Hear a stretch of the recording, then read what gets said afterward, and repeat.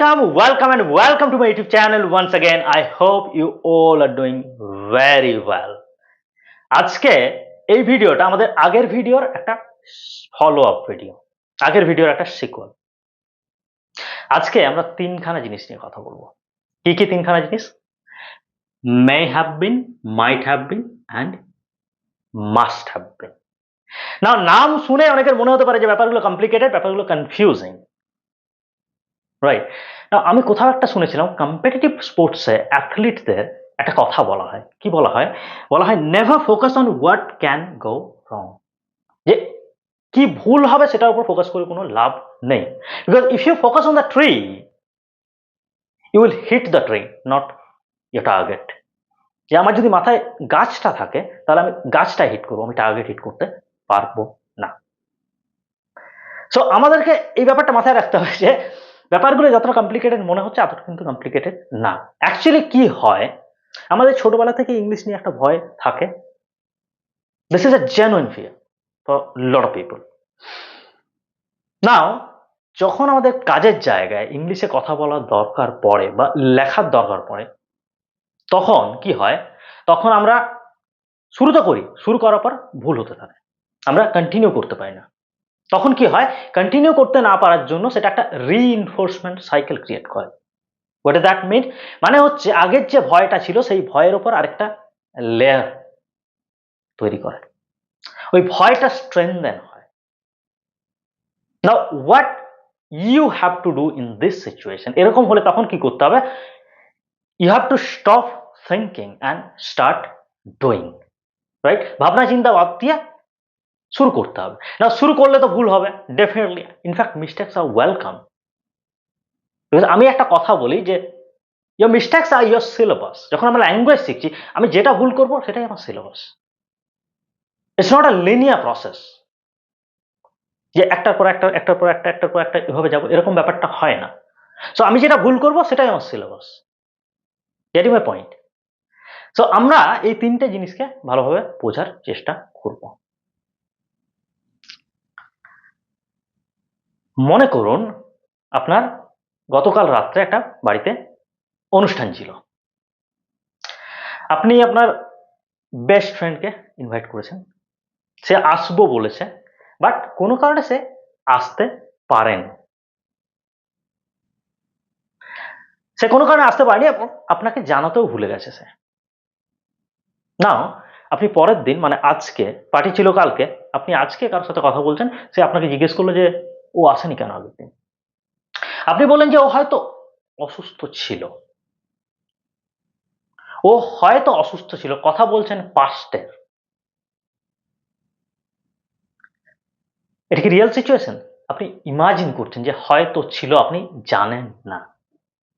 যখন এই ধরনের সিচুয়েশন হয় তখন আমরা ইউজ করি মে have been, might have been, must have been, মানে হয়তো এরকম ছিল ব্যাপারটা, রাইট? সো কি বলতে পারি এই সিচুয়েশন? কি বলতে পারি এই সিচুয়েশনে? বলতে পারি he may have bin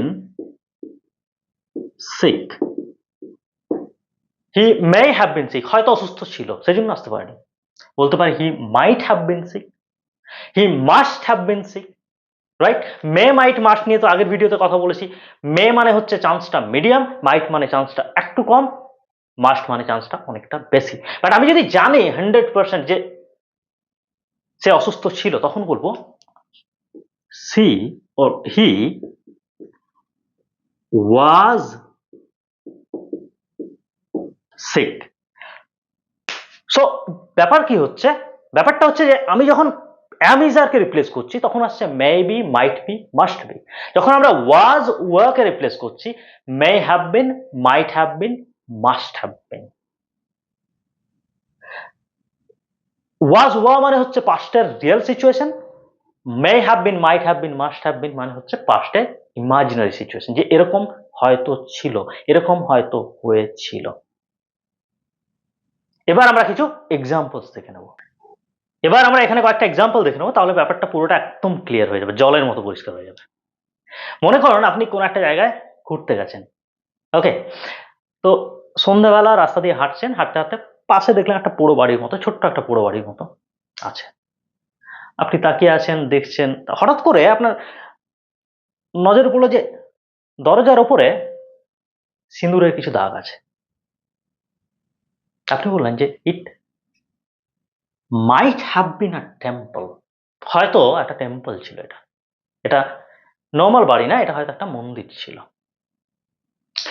পাস্টে guess করছি, আমি ওই সময় ছিলাম না, আমি ওই সিচুয়েশনটা দেখিনি, আমি ওয়াজ বলতে পারবো না, আমি বলবো কি might have been a temple, মানে গেস করছি বাট চান্স কম। আমি মে হ্যাভ বিনও বলতে পারি, দুটোর মানে কিন্তু same. But must have been যদি আরো কিছু এভিডেন্স দেখি তখন বলবো it must have been a temple, আর কিছু হতেই পারে না, টেম্পলই ছিল, right? Similarly the house must have been empty, বাড়িটা অবশ্যই ফাঁকা ছিল, রাইট? কখন বলছি? পাস্টের কথা। ইট মে হ্যাভ বিন হার আইডিয়া, এটা হয়তো তার আইডিয়া, এরকম আইডিয়া কিন্তু সবার মাথায় আসবে না, ইট মে হ্যাভ বিন তার idea, right? He must have been hungry, সে হয়তো হাংরি ছিল, ক্ষুধার্ত ছিল। They must have been surprise, তারা তারা অবশ্যই অবাক হয়ে গেছিল, রাইট? তুমি হঠাৎ করে চলে গিয়েছিল কোনো একটা জায়গায়, তোমাকে দেখে তারা ডেফিনেটলি সারপ্রাইজ হয়ে গেছিল, right? You must have been behind me, আমি কোনো একটা জায়গায় হয়তো দোকানে লাইনে দাঁড়িয়েছিলাম, আমি দেখতে পাইনি, পরে এসে কথা হচ্ছে যে যে আমি তো ওখানে ছিলাম। You must have been behind, তুমি হয়তো আমার পিছনে ছিল, অবশ্যই পিছনে ছিল, তাহলে সামনে থাকলে তো আমি দেখতে পেতাম। বোঝা যাচ্ছে? খুব ছোট্ট একটা ব্যাপার, বাট এই ব্যাপারগুলো নিয়ে অনেকের কনফিউশন থাকে, তো চেষ্টা করলাম পুরো ব্যাপারটা যতটা সম্ভব ডিটেলে বলার, রাইট?